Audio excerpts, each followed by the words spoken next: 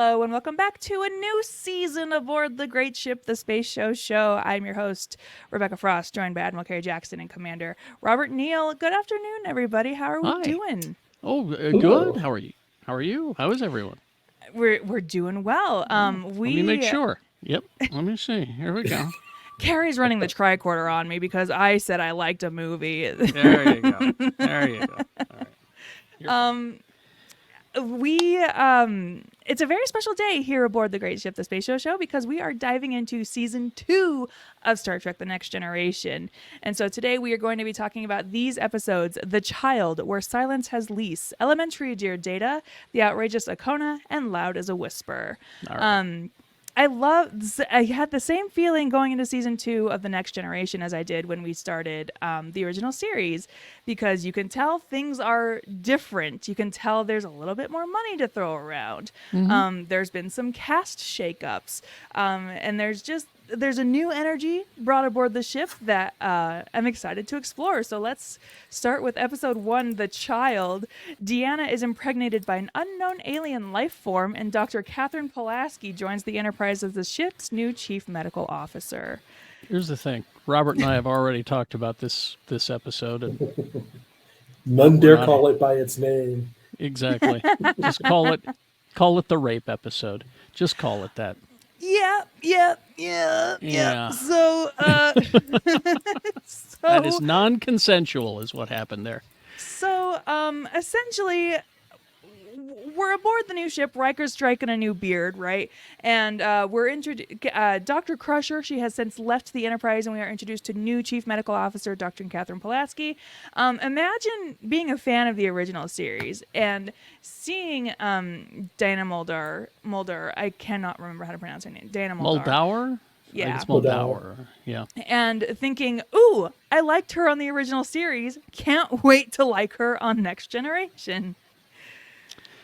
She has her qualities. What I'm curious about, and I don't know if you found this in your research, but it always, so far, the episodes that I've seen so far in season 2, it's and featuring special appearance by Diana Muldaur. And I'm like, why does she get the special billing? Or, because those things are worked out with agents and things. So I'm wondering why. Yeah. Maybe next episode we can dig into that. Yeah, well, and I wonder, too, maybe it was like a contractual thing of like, we'll try you out for a few episodes and then go from there. Oh, maybe that was it. Let's test run you and see if the folks like you. Which, boy. But the other thing about meeting her, we meet her on 10 Forward. We don't even meet her, in sick bay or on the bridge. Exactly. And Picard's like, Picard even is like, what the hell? Highly unusual. I'm meeting my new medical officer in the bar. I don't understand. Which also, we get a new set, 10 Forward. We get a fun new place where everybody gets to hang out when they're not necessarily on ship. A place where everybody knows your name. A place where everybody knows your name, run by, surprise, surprise, Whoopi Goldberg. Who at the time was a really big deal in Hollywood. And I, from what I understand, if lore serves me correctly, well, we'll get into lore later, but she said, I'm just a fan of Star Trek and I want to be on the show. And her agent said, well, let me make a call. It's Mahershala Ali calling up Kevin Feige and saying, hey, I would love to be Blade. And Kevin Feige going, okay. All right. And then 3 years later, where's the Blade movie anyway? It's coming, I swear. Is it? But Wesley, now officially an ensign on the Enterprise, has to decide whether or not he wants to stay on the Enterprise or go hang out with his mom. He's not wearing the rainbow outfit anymore. He's got the gray. Got a boring gray outfit on. The Enterprise is on an emergency mission to collect plague samples for analysis and deliver them to the science station on Tango Sierra. Geordi has constructed some containment structures to isolate the samples and transfer them safely on board the Enterprise. But meanwhile, in space, there's a little ball of light floating around looking for a lady to call home. And it finds its way inside Counselor Troy. Literally. And through the miracle of science and the miracle of life, Deanna finds herself pregnant. And not one of my favorite scenes in this episode is when they're all in the conference room and Picard's like, well, Deanna's pregnant, and Riker is like, what? Who, where, how, why? He is absolutely incensed. And he's got a lot of nerve being incensed after all the running around he did in season 1. Come on, don't. She was, she's not yours at this time. I mean, you call her Imzadi, but that's in the past. You made that clear in the first season, And I love, too, that he's like, this is a surprise. And Deanna, her response is essentially like, yeah, no shit, dude. Like, you are not the only one affected. But she also went straight Madonna and was like, Papa, don't preach. I'm keeping the baby. And then Riker's kind of like... But what was interesting is before she made the announcement, I'm keeping the baby, I noticed an awful lot of men talking about whether she should keep the baby or not. And a lot of men just spouting their opinions about whether or not she should keep this baby. So things have not changed. So the other also strange thing about this pregnancy is it develops quite quickly, and she happens to give birth like no less than 48 hours later. Dr. Pulaski admits she was late reporting to Captain Picard, but that's because she was attending to Deanna. And Deanna is essentially like, hey, I'm going to give birth to this baby.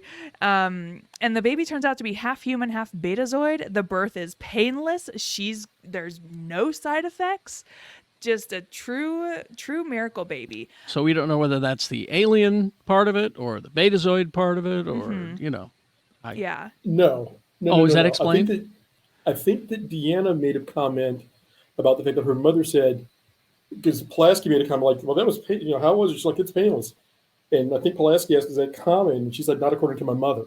Okay. All right. Well, but also Deanna's mother is a drama queen. Let's not forget. Say she would let you know, I think. The baby is born. Deanna names him Ian Andrew after her father, which I was like, Ian Andrew, what a strange betazoid name. Forgot that she's part human as well. That's right. I was hoping it was Ian Anderson from Jethro Tull is who she was naming him after, but apparently not. So, but this child, it was born in less than 48 hours, so that means it is also growing extremely fast. And Picard is like, listen, I know I don't know much about kids, but I know this is not right. They reach the Enterprise reaches its intended location. And Commander Hester Dialt wants to inspect the containment modules before transferring the samples over. However, he does not complete the inspection for 14 hours since the Enterprise had arrived. Dr. Pulaski also analyzes the specimens about to be beamed aboard and figures that 20% are actually samples of genetically engineered mutated virus strains. If even one escapes, the Enterprise will die in a matter of hours. Mm-hmm. And have we seen that episode already? I think. Which one? The plague ship. Oh yeah, we did. Well, I mean, name which how many times has there been a plague aboard the Enterprise? And there are more to come.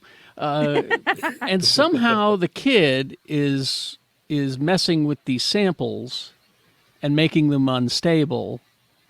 It was the samples of the container. Somehow the kid emitted some kind of radiation or something like that was damaging the samples, and they figured it out.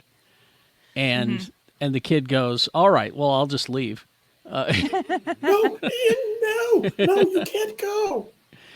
He's just like, no, I came here for the experience and I've had it. So, Well, and they spend so much time too being like, hey kid, what's your deal? And he's like, I don't know. But then later he when he's older and wiser and able to express himself more accurately, he is like, hey, I'm messing things up. I'm going to go. And Deanna, she's like, no. But it turns out he was just curious about humans and decided to learn about humans by going through the process. And when he learned that his presence was a threat, he was like, I'm going to go. And if only more people had that kind of self-realization and self-actualization. Exactly. You're a problem here? Oh, well, I should go. Oh, it's me? I'm the problem? It's me? That would be refreshing if we were all as self-aware as Ian Anderson. Meanwhile, don't forget Wesley is also going through his own. He's not the only child aboard the Enterprise, and so he's just hanging out at the bar in 10 Forward. And Whoopi Goldberg, gives him. There's a movie playing at Sundance this year. Not to bring it back to Sundance, but there's a movie playing at Sundance this year called The American Society of Magical Negroes. Yes. And Have you seen it? No, I could not. It sold out before I could get tickets. It's really in demand. Yeah. But Whoopi Goldberg is part of this crew where she is there to dispel advice and help everybody else aboard the Enterprise with her wisdom, right? And so essentially Wesley is like, I don't know what to do. And she says, well, follow your heart. Don't do what's expected of you if you don't want it. And Wesley tells Picard he wants to stay on the Enterprise. And Picard's like, great. Super duper. We're stuck with him. Some bits of trivia about this episode. Jonathan Frakes returned to rehearsals at the start of the second season with a beard with the intention of shaving it off before shooting began. But the producers liked it and asked him to keep it. And I prefer my bearded Riker. Kept it ever since. Yep. I think everybody does. I personally like a baby-faced Riker, but I also like bearded Riker. So is it Riker? I like it. Okay. What about a Riker with a goatee? Oh, did he ever have a goatee? Thomas. Oh, okay. We'll get to Oh, that. that's right. We'll get to that. Oh, yes, I can't. It's another plague. This episode also marks the appearance of 10 Forward. The reorganization of the sets after the first season created space for a new set, and the producers decided to introduce a space where the crew could be seen interacting where they were off duty. And the script for this episode was one of 3 originally written for Star Trek Phase 2, a spin-off series originally set to air in 1978, but ultimately abandoned. In the original script, a being of light impregnates Dr. Ilia to experience life as a Deltan. The Lieutenant Ilia character, she then went on to appear in the Star Trek The Motion Picture. The motion picture, yes. And Will Decker...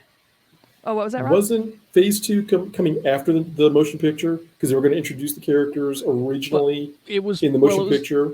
It was going to be Phase 2, a series, and then they realized, let's do a movie instead. So, Gotcha. Yeah.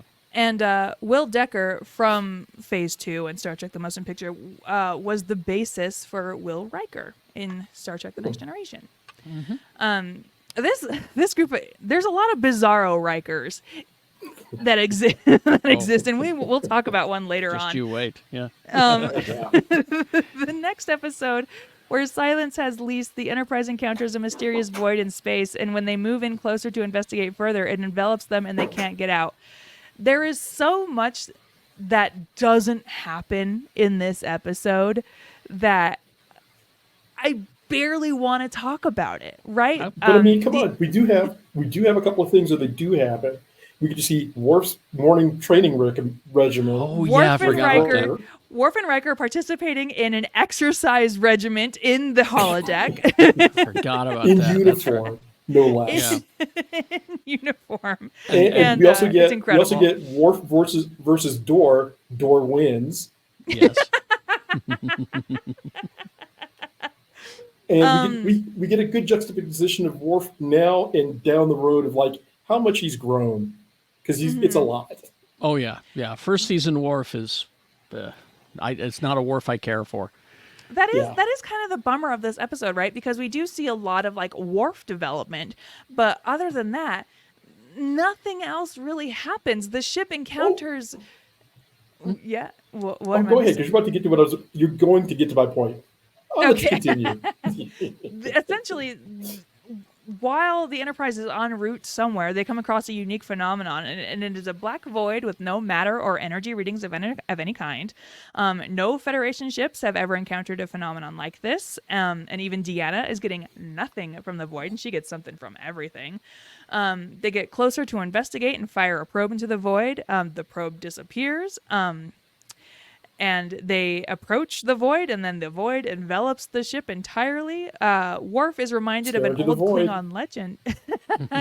It calls back. Worf is reminded of an old Klingon legend of a black entity that was known to devour entire vessels.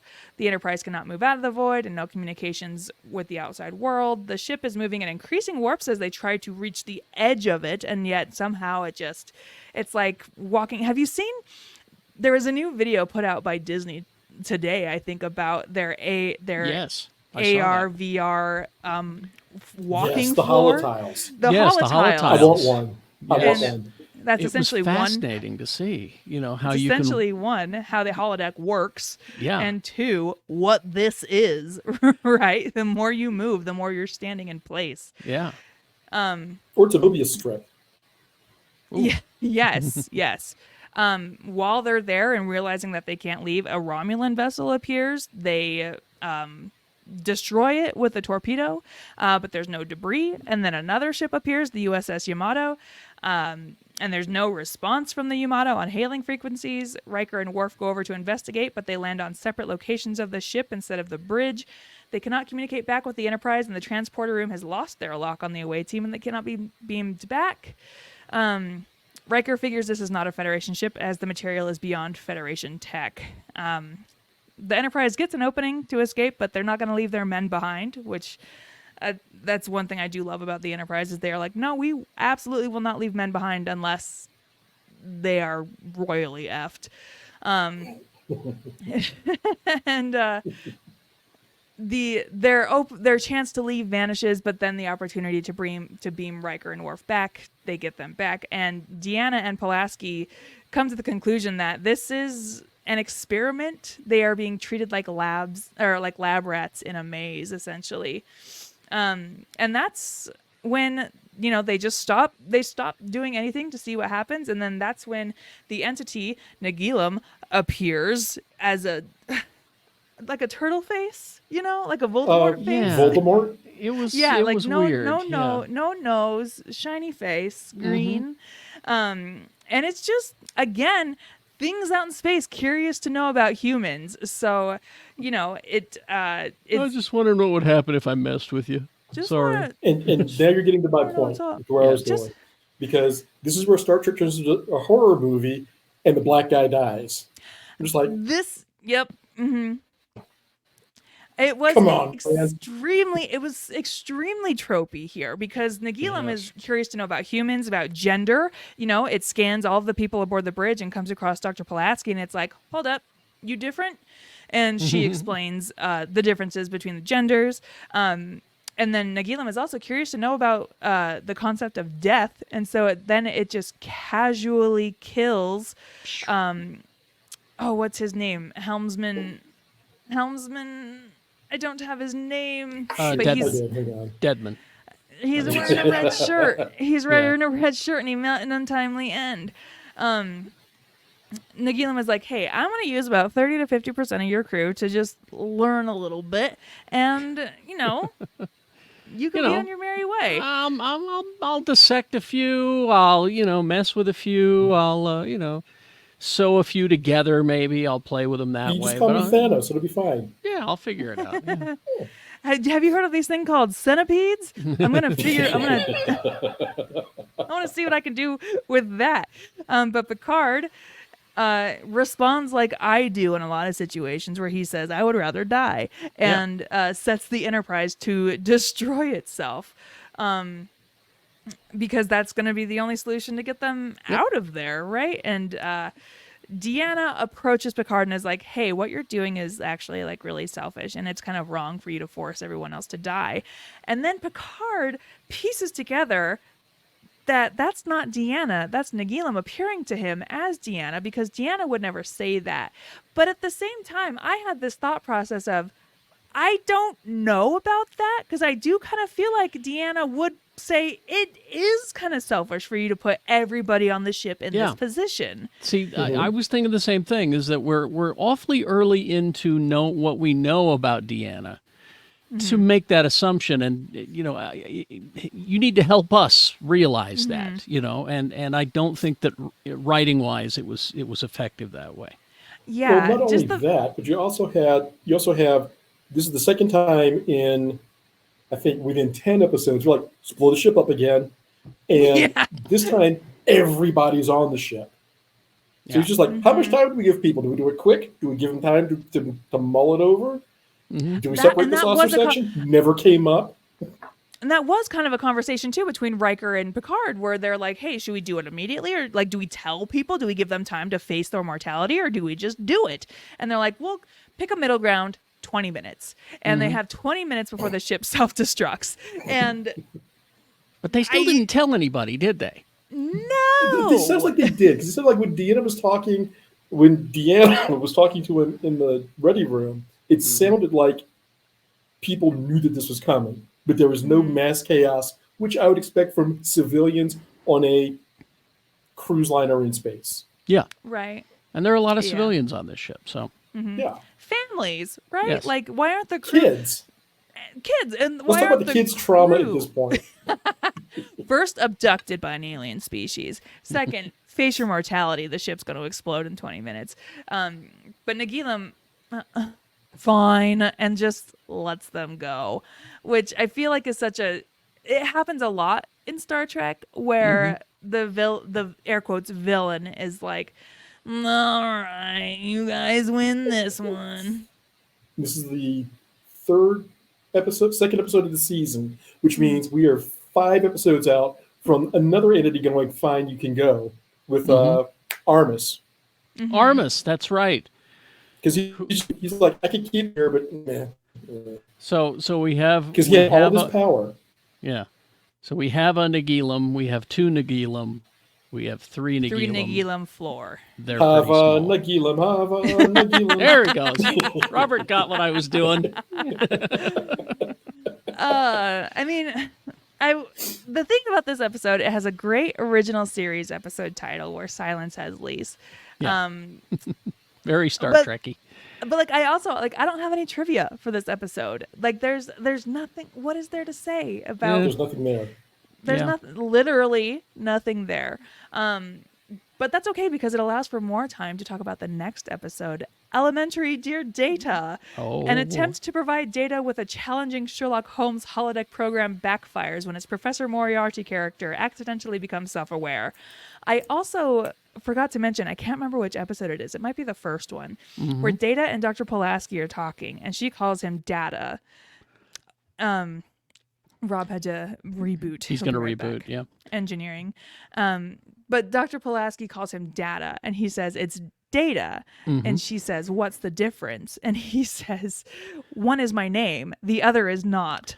Now, see, here we are in the 3rd episode, and I'm getting a lot of Data hate from Pulaski, you know. Yeah. She's it's not that she dislikes him. She just like, yeah, whatever. You're not real.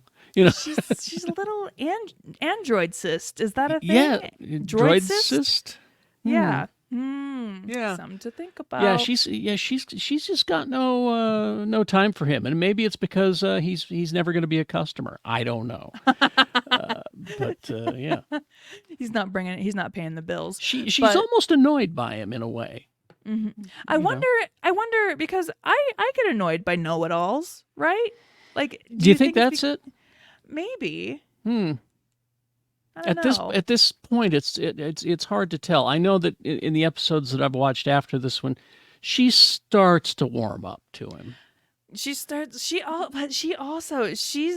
ruffles feathers too, because I think it's the 5th episode we're going to talk about, where she's having a conversation with Picard and she keeps interrupting him, and me as a viewer, I'm like, stop, you are interrupting Cow, like, stop it.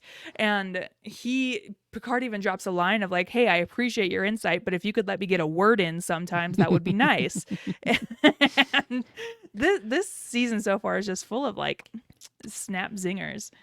So now this episode, I didn't think I was going to like, because it just seemed like, oh, let's let Brent Spiner do something silly, and let's have Data the Vulcan, do funny things, and that's the way I felt when it started out. But then as Moriarty becomes self-aware, that's what was fascinating. Was that, because Moriarty is like one of the ultimate villains in our literature. He's one of the, because he's Yes. so incredibly smart. He's smarter than Holmes, And that's what I thought was kind of cool about that, was this progression of where Moriarty figures it out. He figures the whole thing out, and then he starts to figure out how to fuck with people on the ship. You know, he knows he can't leave this room, but he's found ways to fuck with people nonetheless. For me, the thing I love about this episode is something that you still to this day don't really see a whole lot of in media, which is the presence of wholesome male friendships. Just the concept of Geordi approaching Data and saying, "Hey, we have some free time. I have a surprise planned for you, my friend. No ulterior motives. Just I want to hang out with my friend Data, and I have planned this thing where you get to be the main character, and I'm just there to be your sidekick." You don't ever really see that I mean, you see it more frequently now in modern media as more people go to therapy and realize this is the stories that people want to see. But well, and I think that's another reason. That's another reason why Geordi is such a beloved character, because he was written that way. He was written to be such. Well, and LeVar Burton is a great guy too, so that probably helped as well. But yeah, absolutely. So essentially, the Enterprise gets some free time on their hands, and so Geordi goes up to Data and is like, "Data, I have a surprise for you.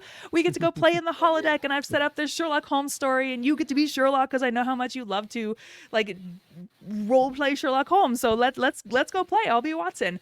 And they go into the holodeck and they begin the story, and Data just solves everything immediately, and Geordi gets unreasonably upset, I think, because he storms out of the holodeck. I don't know if he was mad at Data or mad at himself for not figuring out, he is going to solve all these because he has everything memorized. I think it's a little why column didn't A, I a think little it? column B. Yeah, actually. he's like, why didn't I think of that? Exactly. And also, how upset would you be if you planned an event for your friend, and like a Knives Out kind of event, and in 2 minutes it's over. You got the entire weekend now to be like, well, that was fun. Meh. Ryan Johnson's Glass Onion. Yeah, Glass Onion. I'm sorry, Glass Onion. It was a Knives Out movie. Yeah. Well, it is, yeah, but we all figured it out. But it was Glass Onion. Yeah. But yeah, he's upset that there's no thrill, essentially, because they're just recreating existing Sherlock Holmes stories, which Data already has programmed in his brain, and so he just knows how it ends. So they're talking to Dr. Pulaski. They have a couples therapy session with Dr. Pulaski, and she advises Data that for the thrill of winning, there needs to be a probability of losing, because loss is a great teacher, and humans tend to learn more from a mistake than an easy success. So they take on a challenge from Dr. Pulaski that Data couldn't solve a genuine mystery if he hasn't already read, and there's a lot of contention here too, because like you said earlier, Carrie, she's mad at Data. She's not crazy about him. Yeah. Yeah, and she's just so adamant that he's incapable of experiencing like a true mystery, right? Yeah. And not like totally malfunctioning. Yeah. So Geordi asks the holodeck computer to come up with a Sherlock Holmes-like mystery that's not already published, and to what is his phrasing? To present a challenge that give him an adversary worthy of defeating Data. An adversary worthy of defeating Data. And this is a really good example. I have to do this with my husband all the time, where I have to phrase something in just the right way. Of like, "Hey, will you do the dishes?" And he says, "Yeah." And I'm like, "Will you do the dishes now?" Right? Like, you have to consider how you phrase things. Will you use dishwashing soap? And will you?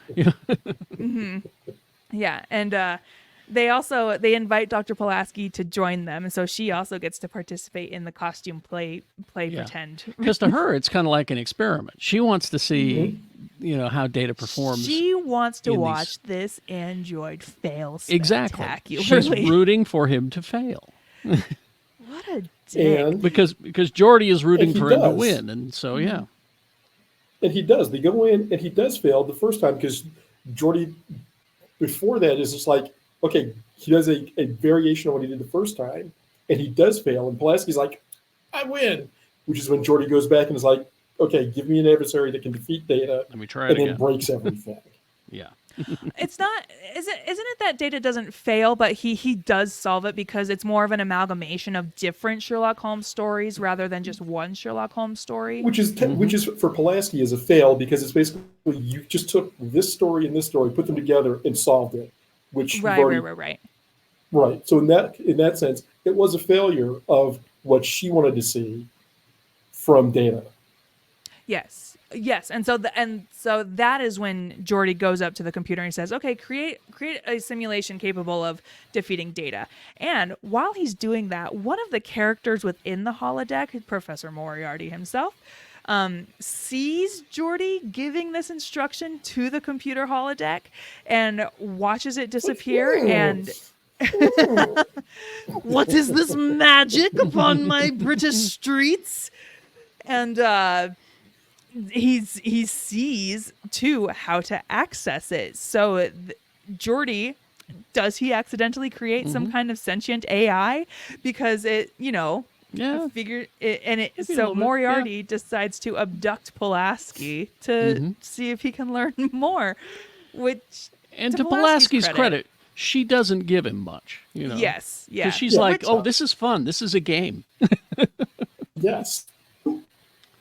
But do you think that's a course in Starfleet Academy that you take that's like, hey, if your holodeck happens to become self-aware, what's the protocol? Like, do you? I think it's the same as tell it more? I think it's the same as anything. If you get captured, name, rank, serial number.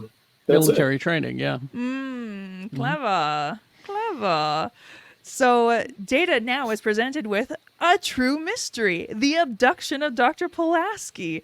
So he follows his deductive reasoning skills and finds Moriarty's lair. Data and Geordi realize that the computer is running an independent program, and it confuses them both. Data had deducted that his opponent is Professor Moriarty, who is the only person who could defeat Holmes. And Data knew that Moriarty wanted them to find him, and so he has therefore left breadcrumbs for them to follow. Yep, exactly. They find Moriarty, and Moriarty reveals to Data and Geordi that he is aware of the computer and knows that he is inside of the ship, draws a rough outline of the shape of the Enterprise. And Geordi is concerned, to say the least. I think he's blown away. He's like, "Oh my God, this thing." Well, no, because Geordi doesn't see it. Data is just like, "We got to go." And he rushes off the holodeck, and then Geordi's like, "Would you tell me what's going on?" And that's what I like about that's what I like about this episode too, is they're not trapped in the holodeck. They can leave, but you can't just leave a rogue AI to be doing what it's doing. You kind of got to nip that in the bud. And and like you said, it becomes smart enough it learns how to screw with people on the ship and the ship itself. So that's when I went, okay, this is cool. I like it. Yeah, because Data, he tries to shut down the program, but the computer won't comply. And Moriarty, however he has done it, has found a way to, control of the ship's computer. And there's a moment where Geordi is like, "Hey, can you, computer, create an opponent worthy of Data?" And it cuts to the bridge where Picard and Worf are just kind of doing bridge stuff. And there's like a power surge. And they're like, "Ooh, that was weird." And just kind of go business as usual. But they Data, tries to shut down the program. The computer won't comply, and so Data's like, "Ruh-roh." And so they run and go tell Dad, "Hey, Picard, we wanted to make an escape room, but instead we created an AI, and now he wants to take over the ship. I'm sorry, Dad. And he has Dr. Pulaski." Well, the fact that they start realizing what happens, like, tell me, Picard's like, "Tell me what you did." Like any father's going to be like, "Okay, so how did this happen? Who spilled the milk or whatever?" Yeah. And they're going back through it. And Geordi's like, "Oh crap, it's me." Yeah, Hi. we did that. I'm the I'm problem. the it's problem. me. It's me. Well, in Picard too, he's like, did you ask it to create an opponent worthy of Sherlock Holmes or an opponent worthy of Data? And that's when Geordi's like, oh, There we go. no.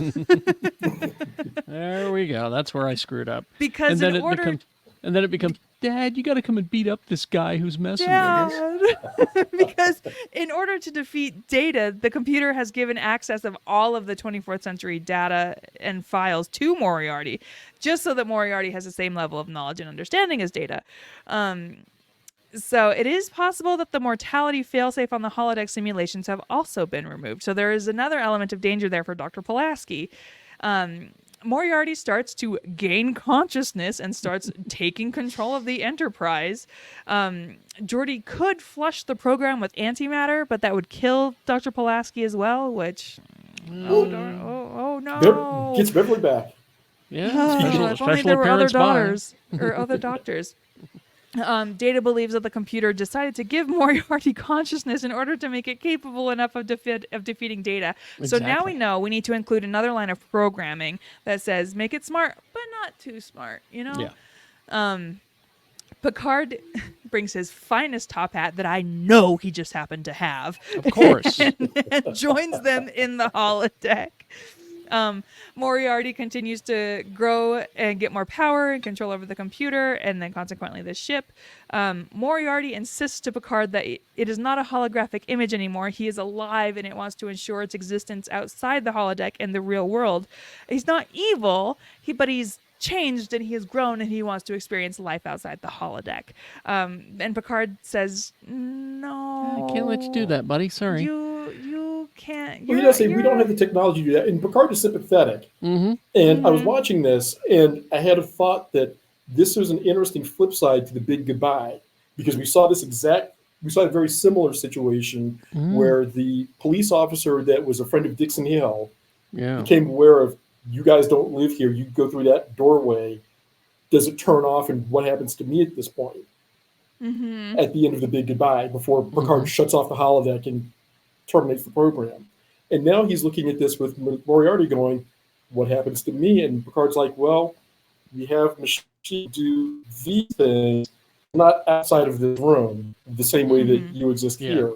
And we are 8 years before a mobile emitter, a mobile holograph emitter that we get in another series down the road. Yeah, that's coming. But it was just interesting to see how they juxtaposed the Big Goodbye with this kind of existential crisis for Moriarty. Yeah, and I guess it is kind of crucial for Picard to have gone through the Big Goodbye first before coming into Elementary Dear Data, because you're right, he is totally empathetic to this hologram and is like, hey dude, I get it. Existence is pain and life is a prison, right? And I'm so sorry that we have accidentally given you life and there's nothing we can do about it. What we can do is we can save you as a program in our memory banks. And then when the time comes, when we do have the technology, we can bring you out of the holodeck. And Moriarty's like, okay, I can air quotes live with that. And they shut the program down and everything's fine. Whether or not they go back, in the future and decide to, if it were me, I would be like, hey dude, totally, fingers crossed behind my back. Like, I'm never bringing this. I'm not bringing you out into the real world. No. That would be a problem. Well, and there's something else that was, and Rebecca's got the trivia that she can clarify the statement that I'm going to make. There's a huge gaffe in this episode when Data brings the picture of the Enterprise out of the holodeck. Now, I'll argue that right outside the door, I could see the mobile emitters, angling to push an object out there, but taking it to the bridge should have just. I didn't even think about that. Yeah, that it is definitely a goof where, why can a paper picture of the Enterprise come out of the holodeck, but a whole human cannot? I didn't even think about that. I bought the premise and the bit and went along with it. I didn't even think about it. And wow. There was also something that after the fact, they're like, so Picard lied. And they're like, no. And there was a a lot of consternation over the writers' room about we don't want to make Picard flat out lie, because we've established this man as being pretty much by the book and pretty forthright, Mm-hmm. and to have him turn around and just be like, yeah, no, you can't come out, which is where they came up with the we can save you here Mm-hmm. until such a time as we can make sure that you can safely come out. Mm-hmm. I don't know if this ever happens in future Star Trek where a holographic presence does leave the holodeck. Does it? Okay. Oh, okay. But Rob, like I said, we're about 8 years in our time away from that. Yeah. okay. About okay. 500 in Star Trek time. Okay. Some trivia about this episode: Picard mutters "merde," which is the French word for shit. And since it was said in a foreign language, it passed by the TV censors. And although it is commonly believed that Sherlock Holmes has been in public domain since sometime before the 1980s, it did not expire until recently, 2023. Paramount Studios Paramount Studios obtained permission from the Doyles to make a young Sherlock Holmes in 1985, and they considered similar permission unnecessary for Elementary Dear Data, which they believed fell under the parody clause of the copyright law, and thus aired the episode without notifying the Doyles. The Doyles then wrote to Paramount that they were flattered by the episode, but felt it remained within their legal sphere, so they wanted in on any further Trek usage of their characters. And although Brent Spiner was eager to play Sherlock Holmes again, nearly 4 years went by before Paramount and the Doyles agreed on a reasonable licensing fee for the sequel Ship in a Bottle in 1993. Oh, okay. I'm fascinated by that stuff. That's cool. Yeah. Okay. Yeah. This Elementary Dear Data, it's one of the first episodes of Next Generation where I was like, fist pumping, just like, so love when Star Trek gets silly. And this was silly. But moving on to the next silly episode, the Outrageous Okona. I'm still scratching my head about this one.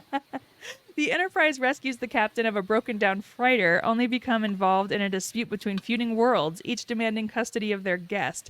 Data seeks help from Whoopi Goldberg in understanding humor. My Twitter is currently formulated as such that I get a lot of Star Trek. I follow a lot of Star Trek people, and somebody was recently talking about this episode, The Outrageous Okona, and was like, what was this episode? What was the point of this episode? Was it supposed to set up a spin-off or something? And Rob, I don't know if you know, because you are a wealth of knowledge of trivia that I don't have pulled up. But because there's an indirect sequel. Oh, is there? Okona appears again in Star Trek Prodigy. Oh, that's him. That was him. Oh, because I watched Prodigy. I didn't even put that together. That was Okona. I didn't even put that together. I mean, because they did a great job casting this guy. He's like a young Chris Pratt Star-Lord kind of a feel to him, you know. So they went out of their way to cast this guy. It's almost like they wrote the part for him, you know. But yeah, it was.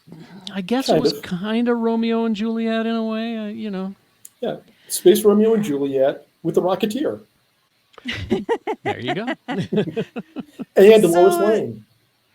Yes. Terry Hatcher, yes. So the Enterprise is traversing space, which had the twin planet system of Medina, which was colonized 200 years ago by a species of humanoids, which now coexist under a precarious treaty.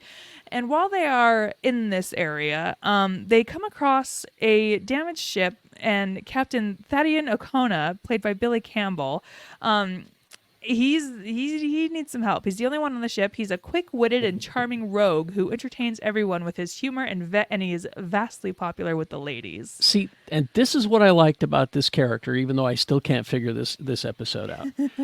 I was happy to see a normal human person on Star Trek. You know, he's making jokes. Do you know what he is? He's still kind of icky, but he's a less icky Harry Mudd. It's like this Next Generation's version of Harry Mudd if he was a devilish rogue. Mm-hmm. So Okona was traveling in a cargo ship, but he had no cargo. Deanna confirms that he's a rogue, but she senses no malevolence or ill will. She has this great line about him. I wish I had it up in front of me, but she was like, "Yeah, this guy, he knows he's hot, essentially." Yeah, he's very confident, overconfident. Yeah. Overconfident. Picard gives permission for him to be transported aboard the Enterprise while they work on fixing his ship, and immediately walks up to Terry Hatcher and is like, an uncredited Terry Hatcher, by the way. That's true, because I was like, why can't I remember her name? I know who that is, but, you know. Yeah. And is immediately like, hello. And she's like, oh, I'm on duty right now. He then makes friends with Wesley, which is not a role model you want to have. He makes jokes with Data, but Data realizes he does not have the ability to understand or appreciate jokes, which sets us off on this wild B plot of Data trying to understand humor. And so he goes to the holodeck where what is it? What is it first? First he talks to, I can never remember how to pronounce. First. Guinan. Yeah. I can never remember how to pronounce her name. He talks to Guinan, and again, dispenses the wisdom that only Guinan can. And she says, "Go ask the computer." Yeah, because she tries to explain it to him, and she does deliver some killer puns here. Yeah. And he But just it's also funny how cannot meta fathom. that was, though. yeah. We lost Rob again. Again, Reboot, Rob. Robert through the computer trying to explain humor to us. Yes. She drops this killer pun on him about how she's not a droid, but she's annoyed. And he's like, ha, ha, ha, ha, ha, like trying to figure out how laughter works. So he goes to the holodeck to see stand-up comics in action and also get advice from a stand-up comic played by Joe Piscopo. And it's at that point I yelled at the screen, Data, you will never learn what is funny from this man. This guy? You want to learn comedy from this guy? Not Joe Piscopo. You're going to learn how to be a right-wing asshole is what you're going to learn. It reminded me, there was a time I was on a walk with a friend and her 8-year-old daughter asked me what comedy was. And I was like, that is the age-old question, isn't it? I would have described it like some people describe pornography. Well, you'll know it when you see it. You'll know it when you see it. That's very clever. So Joe Piscopo tries to teach Data about, whatever makes you laugh is funny, but Data says he cannot laugh. He even tries out some like, ha Fake ha ha laughs, ha yeah. ha ha. And Brent Spiner does an incredible job here of just like maintaining the straightest face possible. And he doesn't understand why Jerry Lewis is funny. Well, he's obviously not French. You should have brought Jean-Luc. Should have brought Jean-Luc down there and let me explain to you, Mr. Data. He even tries his own stand-up set with this fake crowd in front of him, and just. But it was a cool moment though, because as Data's telling the jokes, and he realizes, I'm not funny. The crowd is laughing at me because that's what they're supposed to do. Which I thought was very cool. I was happy that happened. Yeah, I do. I kind of wish because I've performed stand-up comedy myself, and people are there to laugh, and so as long as you're not like a total suck face, you can still get people to laugh, because a lot of it is the vibe of the room, right? Like you go to a library, you're supposed to be quiet and very reverent. Oh, You go that's to a what I keep comedy going club. wrong. Yeah, Rob, that's why I keep kicking you out. Keep doing my sets at the library. I gotta. But he tries to take back his newly acquired knowledge, and he comes to accept he cannot tell a joke properly. And that's the thing about this episode is this is the B story. And if That's you notice, just the B story. we're spending more time on the B story than we are the A story. You notice? Because the A plot is Okona. There's a woman and she's pregnant, right? I'll give this to Okona. He's on the ship for 24 hours, gets laid 3 times. Hey, way to go. You know. Okay, I'll give you that. I was going through my live tweets from when I first watched this episode last year, and I'm so sorry to say, I was like, I want to see, I don't know how to phrase this, I want to see Okona and Riker have a bang off. Is that something that we can make happen? You know, I hate to say it, my money's on Okona. Obviously. I hate to say it, but it's true. It's true. Yeah.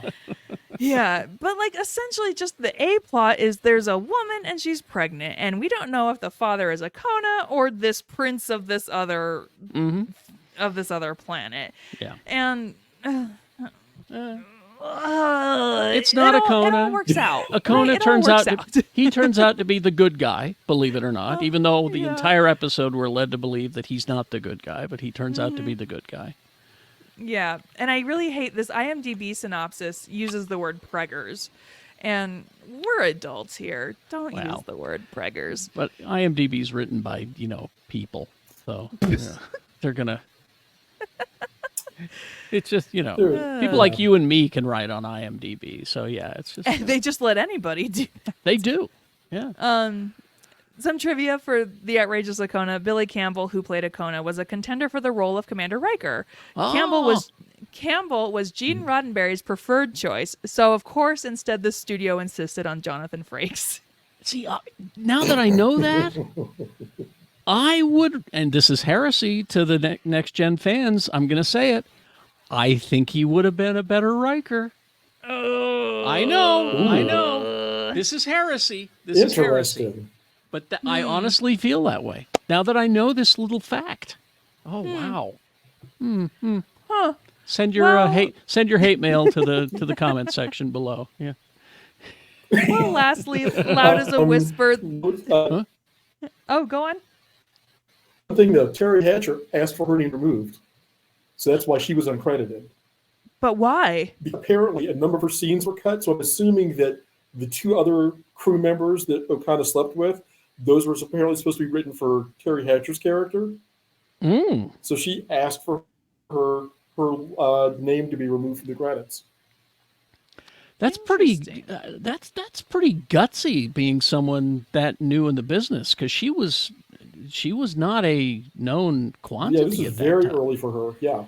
So that's pretty gutsy and almost kind of foolhardy in a way, because you want the credits on your resume. Wow, interesting. Yeah. Okay. But also Joe Piscopo, who was at that time still still on Saturday Night Live or was just after he left the show, was there. But when he was doing his Jerry Lewis bit, they actually went to Jerry Lewis as to ask him to be the comic that Data pulled up in the programming.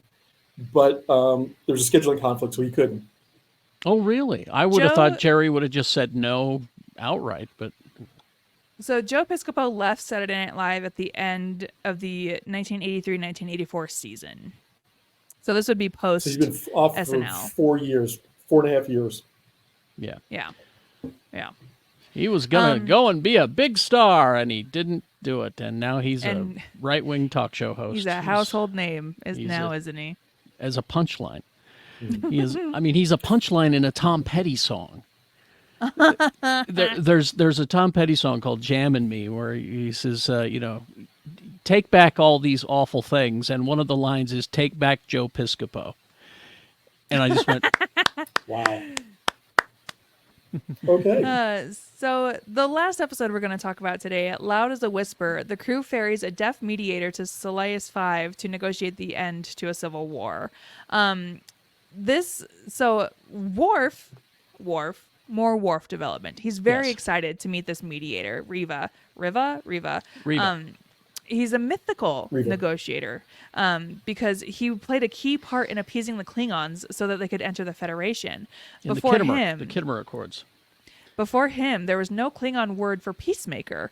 So the Enterprise is on their way to go pick him up. We all learn that he's mute and deaf, and he comes with a chorus of 3 who not only speak and hear for him, but also represent complementary views on things and emotions. And obviously, when he first meets Deanna, Of course. Gats to have a thing for Deanna. Well, hello. the members of the chorus are Harmony. She brings everything together and represents harmony, wisdom, and balance. Scholar, he represents intellect and speaks in matters of judgment, philosophy, and logic. And Warrior, he represents passion, libido, and the anarchy of lust. And there's some sort of almost psychic connection between the four of them as well, isn't there? There gotta be, right? Because not just Riva, the sign and everything, but Riva is an empath, and so their way of communication has evolved over many millennium. His ancestors were served by the Associates' ancestors in the same way. So this is a long lineage of these people doing this. Riva is pleased to meet Geordi, who he considers special since he is blind and uses instruments to see the world and interpret it for him. Riva understands that the planets that are warring that he has been contacted to try to negotiate, he understands that they've been in conflict for 15 centuries and is curious as to why they suddenly want to talk peace now. But he will find something like he always does. He has never failed in his career as a mediator. He, of course, invites Deanna to dinner and of course continues to hit on her, and she is impressed. He can read her lips, but she needs the sign language from Riva to help understand what he's trying to say. And Riva's kind of full of himself. He thinks he's, he knows he's that shit. He knows, his whole reputation. He's like, I'm the great Riva. I can handle this. Gilderoy Lockhart. This little, who? Gilderoy Lockhart, yes. Gilderoy Lockhart. That's the Harry Potter. That's a character from Harry Potter. Different. Okay, all right. That's why I didn't get it. But this guy okay, Riva. But Rebecca got it, so she was like, "Yes, I got you." That's all that matters. It's her show. No, but he's the shit, and he knows it. I've been doing this forever. This little thing that's happening, I know these people haven't. I can have this handled in no time at all. Not a problem. So, we'll bring peace to these people. Let's go. Let's do this thing. NBD, just a typical Tuesday. So they get to the location where they will do the mediation, and Picard sends Riker and Worf along to just cover all contingencies. They prepare the hilltop for the meeting with a 3-sided desk, and then a rogue member from the delegation of one of the two warring planets suddenly murders his entire chorus. So Riker and Worf save Riva, and Riva is like, everything I have has been taken away from me. I don't want to do this anymore. And he can only make hand gestures, but those are not enough for him to be understood by anybody. Pulaski says that his condition is hereditary, so there's no surgery or prosthetic that could help him. But without Riva, these two planets will destroy themselves, and so we need to find a solution. Picard asks Data to learn all sign languages to at least allow with some sort of communication with Riva, and it works. But Riva says that Data cannot understand his feelings, only his word. And he still is like, no, thank you. So he's like, no, I don't want to do it anymore. No. I really started to hate this character, when he was pulling that pity party. Can't imagine why. Yeah. I mean, I wasn't crazy about him when he got on the ship and he was like, yeah, that's the great Riva. How you doing? Good to see you. Picard then asks Deanna to play mediator. She goes to Riva for tips, and Riva tells her to turn a disadvantage into an advantage. And Deanna, hey man, listen to your own advice. You got to do the same. So he gets an idea and decides to beam down again with Riker, Worf, and Deanna. And he says his plan is to teach the warring factions sign language. And as they learn sign language to communicate with Riva, they will also learn to communicate with each other, which is the first step forwards towards friendship.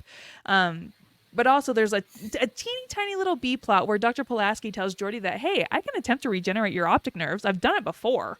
And Geordi, he's not so sure about it. It was Pulaski's, if I do this, that's it. There's no going back. You can't, you'll never use the visor again, Yeah. And then he says, I'll think about it. And that's the last that we hear about it. That's the last time it's brought up in the episode. It's also Pulaski's always trying to fix things. She's trying to fix people and things. which seems to be her through line so far. Mm-hmm. And Yes. this is her thing of like, I can fix you for a cost. Mm-hmm. But it's also a good representation too of like, hey, not every disability is a discouragement, right? Like sometimes a Exactly. disability can be a superpower. Like Geordi can see things that we can't, right, with the assistance Yeah. of his visor. And so why why take that away, you know? Mm-hmm. Yeah. Some quick bits of trivia. Excuse me. Guest star Howie Seago, who plays Riva, is deaf and had in fact petitioned for the producers to create an episode involving deaf people. Oh, really? And after this episode aired, the producers received a lot of supportive mail from both deaf and hearing people. And Marnie Moseman, Harmony, the woman who played Harmony in the chorus, she is the wife of John Delancey, who plays Q. Really? Oh, So it's a family affair. well, there you go. Yeah. But that's the first 5 episodes of season 2. I personally think the season's off to an awesome start, minus that one episode. I gotta say, it's so so far better than season 1, and I mean there are a couple of clunkers that we're going to encounter along the way, but generally, like we've been saying, it looks like it's finding its footing here in season 2, and then that just means we'll hit warp speed for season 3. And this next batch of episodes that we're going to talk about includes some of the best episodes, or at least one of the best episodes of all time. We got The Schizoid Man, Unnatural Selection, A Matter of Honor, The Measure of a Man, and The Dolphin. And Measure of a Man, if you know, you know. It is considered one of the best episodes of Star Trek. So I'm very excited to talk about that next week. Is there anything else you guys want to say about these episodes that we've talked about? No, I think I've covered everything. Robert, is there something we left out? I think I got everything except for when Section 31, stole my connection forever. No, I'm good.